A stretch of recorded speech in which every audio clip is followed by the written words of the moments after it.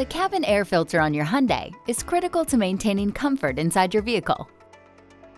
It removes soot, dust, and airborne pollens, and helps remove microscopic particles and foul odors. A clean cabin air filter also helps with heater and air conditioner performance. It should be replaced according to the schedule in your owner's manual.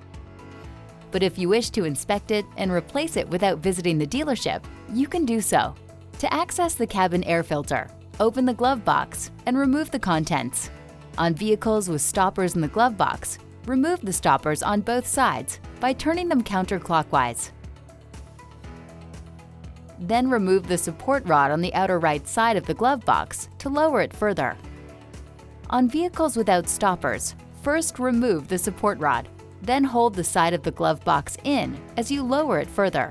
Once the glove box is fully lowered, press the lock on the right side of the climate control air filter case and remove the cover. Hyundai Ioniq 5 and Ioniq 6 models have the air filter accessible through the front trunk. Remove the front trunk according to the instructions in your owner's manual. On these vehicles, the lock is on the left side, not the right, but it releases and is removed in the same manner. Once the case cover is removed, you can slide the air filter out. If the air filter is dirty or damaged, it should be replaced with a genuine Hyundai air filter. Ensure that you get the correct filter for your exact vehicle. Install the filter into the case, making sure that the arrow symbol is pointing down. Installing the filter upside down will reduce performance and increase noise. Then replace the glove box or front trunk in reverse order of how you removed it.